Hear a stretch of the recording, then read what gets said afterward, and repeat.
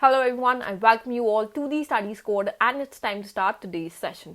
आज के सेशन में हम कवर करेंगे आपकी news analysis, current affair and lastly your vocab part, all in just 15 minutes.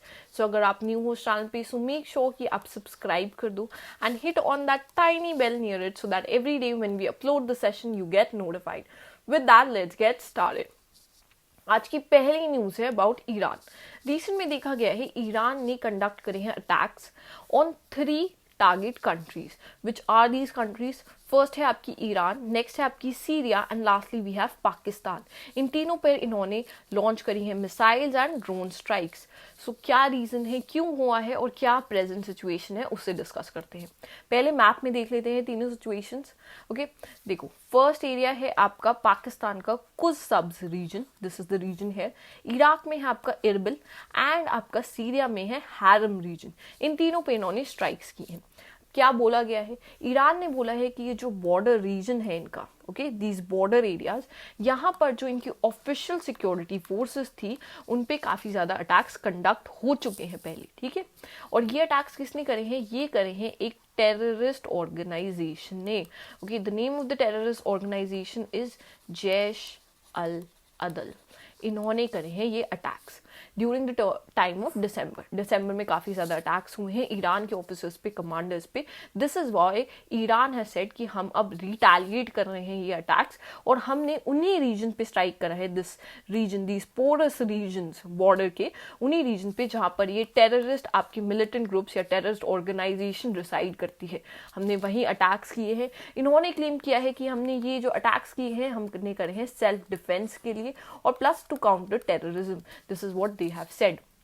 Okay, अब अटैक्स करेंगे किसी और जगह पे तो देखो अपसेट, अनरेस्ट क्रिएट होगा ही. Okay, Iraq was very upset about this. They were like, how could they do this? Okay, Pakistan was very upset about this. Okay, recent में देखा गया कि कल पाकिस्तान ने वहाँ से अपनी जो एम्बेसी के ऑफिसर्स थे उन्हें वापस बुला लिया था. Okay, this is what it has done.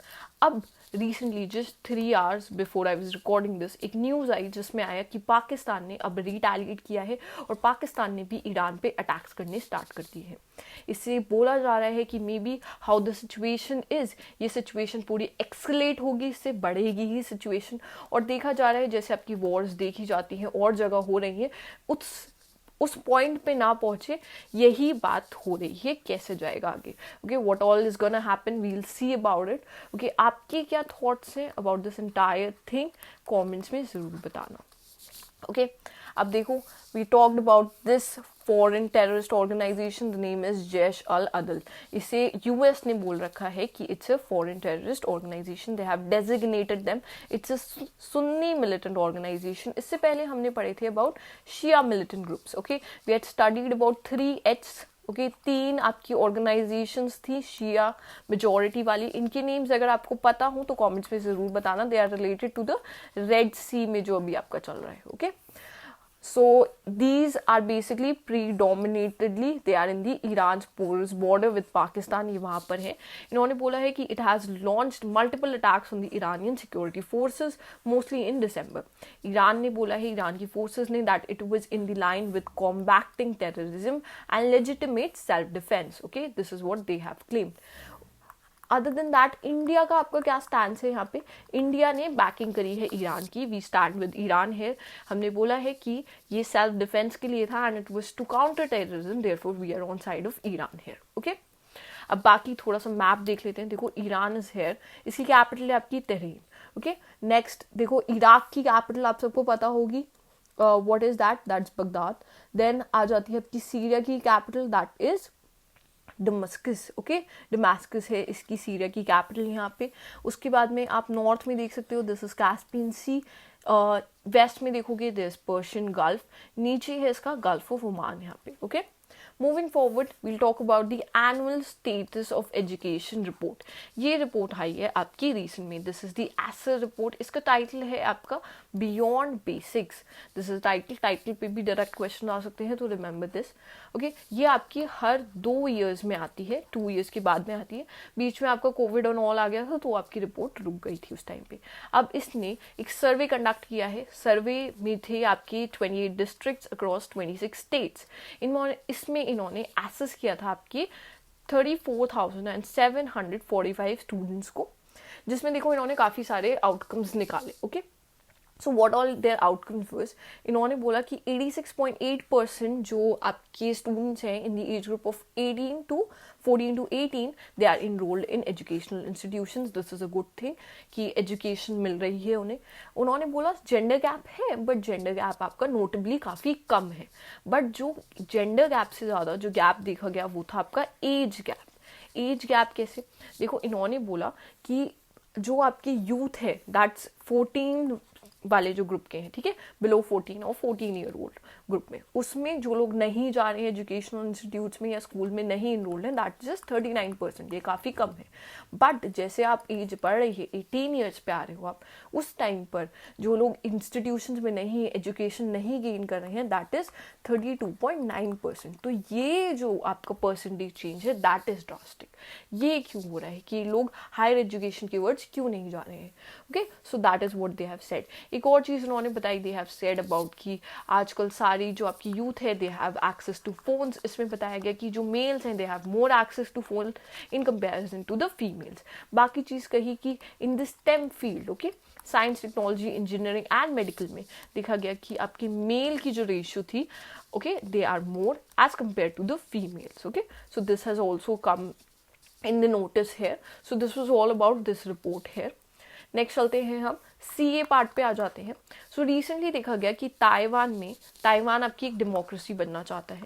Okay, they are trying hard, but China उसे अपने अंडर कंट्रोल में रखना चाहता है. चाइना में है आपकी exact opposite, that is the autocracy. Okay, so Taiwan में अभी इलेक्शन हुए जिसकी वजह से चाइना काफ़ी ज़्यादा अपसेट था.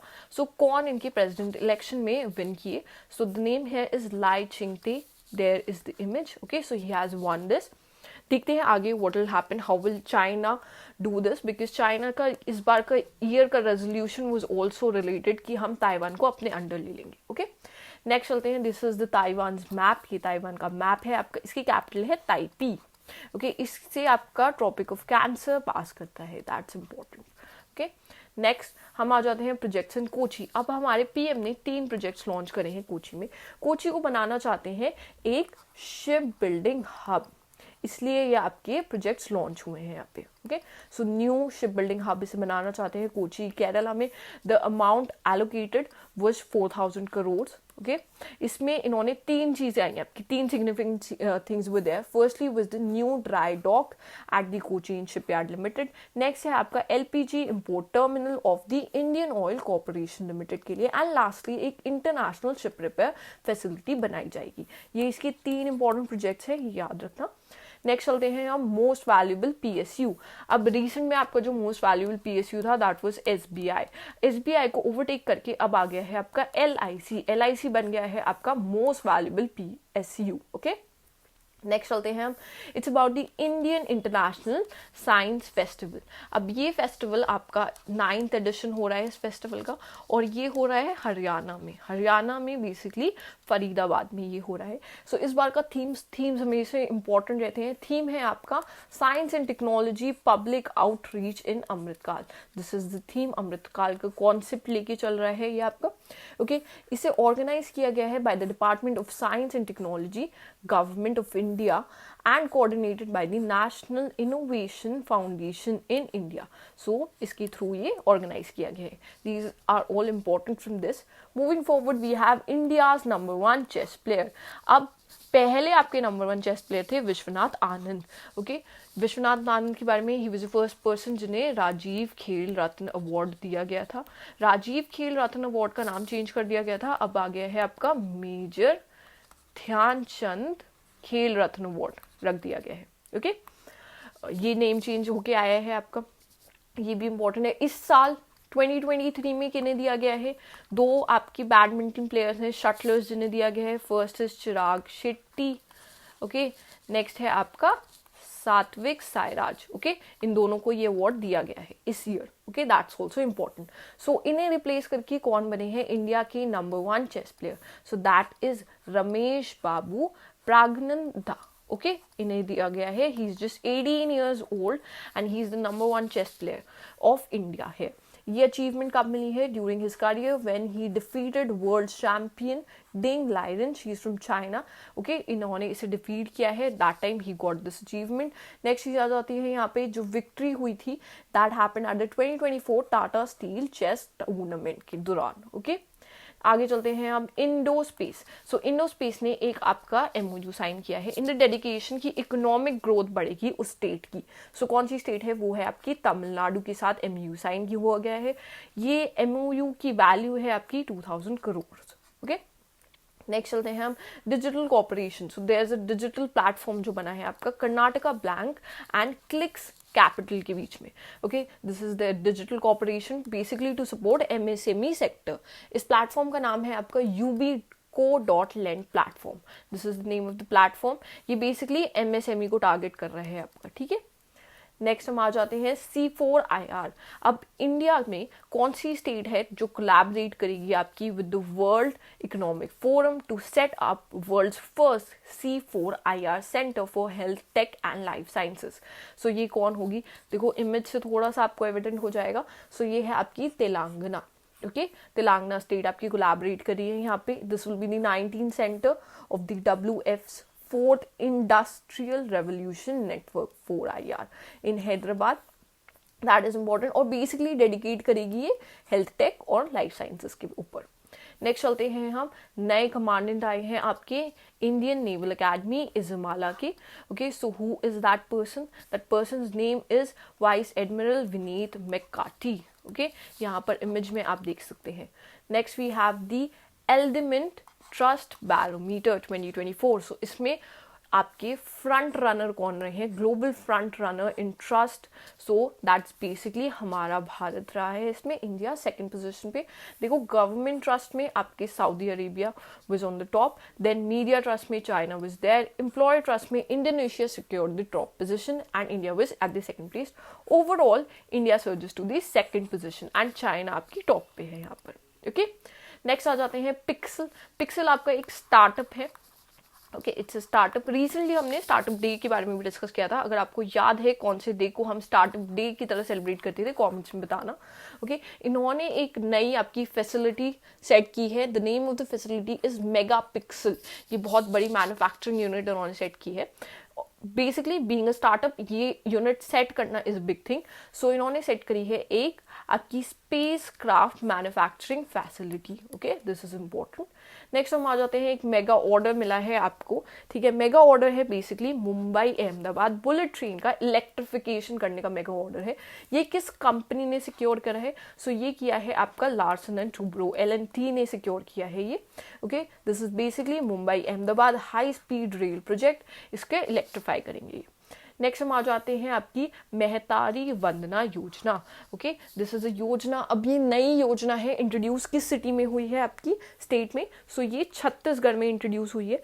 बेसिकली छत्तीसगढ़ इंस्पायर हुआ, जो MP ने आपकी लॉन्च करी थी, MP ने स्कीम लॉन्च करी थी आर्थिक सरकारी लाडली बहना योजना, उससे इंस्पायर होकर इन्होंने ये स्कीम लॉन्च करी है। इस स्कीम के अंदर हर मंथ में 1000 रुपीज़ क्रेडिट होंगे फीमेल्स के अकाउंट में and at the end of the year 12,000 हो जाएंगे। बेसिकली इकोनॉमिकली ये फाइनेंशियल असिस्टेंस या एड प्रोवाइड करना चाहते हैं वुमेन एम्पावरमेंट के लिए। आ जाते हैं खादी सनातन वस्त्र। अब ये एक नई क्लोथिंग रेंज है जो हमारे KVIC ने इंट्रोड्यूस करी है। KVIC है आपकी khadi and village industries commission, इसने इंट्रोड्यूस करी है। ये कहाँ पर इंट्रोड्यूस हुई है? सो ये न्यू दिल्ली के कनॉट पैलेस में इंट्रोड्यूस की गई है। ओके, नेक्स्ट हम चलते हैं first female neutral umpire. So this is first female neutral umpire. Basically neutral का मीनिंग होता है which do not identify as male और female. So I don't know why they have said a female neutral. I guess this is a Gen Z lingo which I have not that much knowledge about. If you know what this means, then definitely tell inform me in the comment section about this. Okay. So recently आपकी first neutral umpire आई है. Back to the question. Okay. And she has been appointed by the ICC to officiate in the bilateral cricket series. The name here is Sue Redfern. Okay. This is an image. Next में आ जाते हैं धनु यात्रा। धनु यात्रा आपकी किस basically state से एसोसिएट करती है? सो ये उड़ीसा से आपकी एसोसिएट करती है। This is a drama based open air theatrical performance. Okay, next में आ जाते हैं इंडियन आर्मी ने एक ऑपरेशन लॉन्च किया है in order to neutralise terrorist attacks. जो आपके टेररिस्ट थ्रेट्स हैं उन्हें न्यूट्रलाइज करने के लिए ये JNK में लॉन्च हुआ है basically. Name of the operation here is Sarvashakti. Okay, Sarvashakti is the name here. Next हम आ जाते हैं रेवोल्यूशनरी न्यूक्लियर बैटरी आई है। सो चाइना की एक स्टार्टअप ने ये बनाई है revolutionary nuclear battery. Basically 50 years तक आपकी अनइंटरप्टेड वर्क करेगी। ओके, मेंटेनेंस की जरूरत नहीं है, चार्जिंग की जरूरत नहीं है, 50 इयर्स तक चलेगी ये बैटरी। और ये बनाई है स्टार्टअप ने, द नेम इज बेटा वोल्ट। ओके, इन्होंने ये बनाई है। नेक्स्ट चलते हैं वोकैब की तरफ। वोकैब के आज के टॉप 5 वर्ड्स डिस्कस कर लेते हैं। First is quell. Quell means to end something. Second है deterrence. Deterrence is the act of preventing someone from doing something or the act of making someone decide not to do something. Third आ जाता है हमारा excise, which means an internal tax on the production, sale or consumption of a commodity. Fourth आ जाता है आपका एटिविस्टिक, which means happening because of a very old habit from a long time ago in human history। मतलब आप कोई चीज consciously नहीं कर रहे हो, because it's a habit, therefore it's happening। Okay? Last word is juxtaposition, which means the act of placing two or more things close together or side by side। Next आ जाते हैं the question which we asked you in the last session। IMO आपका international maritime organisation का कहाँ पर है headquarters? तो a lot of you answered, the answer is London. London में है आपका। 1948 में स्टैब्लिश हुई थी। उस टाइम पर इसका नाम था intergovernmental maritime consultative organisation IMCO। And उसके बाद में 1982 में इसका नेम चेंज हो गया था टू IMO। ओके, नेक्स्ट हम आ जाते हैं, this is the question for the day. I hope you will answer this in the comment section. अगर आपको ये वीडियो अच्छी लगी हो then hit on the like button, comments कर देना। जो भी क्वेश्चंस आज पूछे थे उन सबके आंसर्स देना जरूर। It will help you, it will help others as well. Nextly, share कर देना आप ये वीडियो with all your friends and subscribe करना मत भूलिएगा। With that, we end the session here. Thank you for watching.